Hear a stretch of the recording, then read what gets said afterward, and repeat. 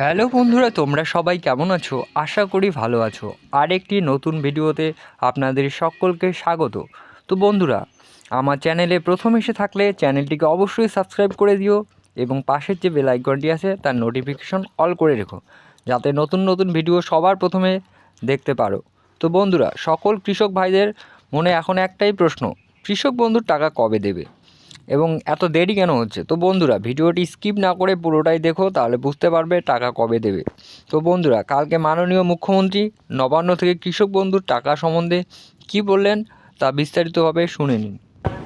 কৃষকদের আমি বলবো, আপনারা যে টাকাটা পাবেন এবছর আমরা শিগগিরই দিতে শুরু করব, কিন্তু জমি যাদের জলের তলায় ডুবে যাবে তারা চিন্তা করবেন না, তাদের জন্য ইন্স্যুরেন্স করা আছে।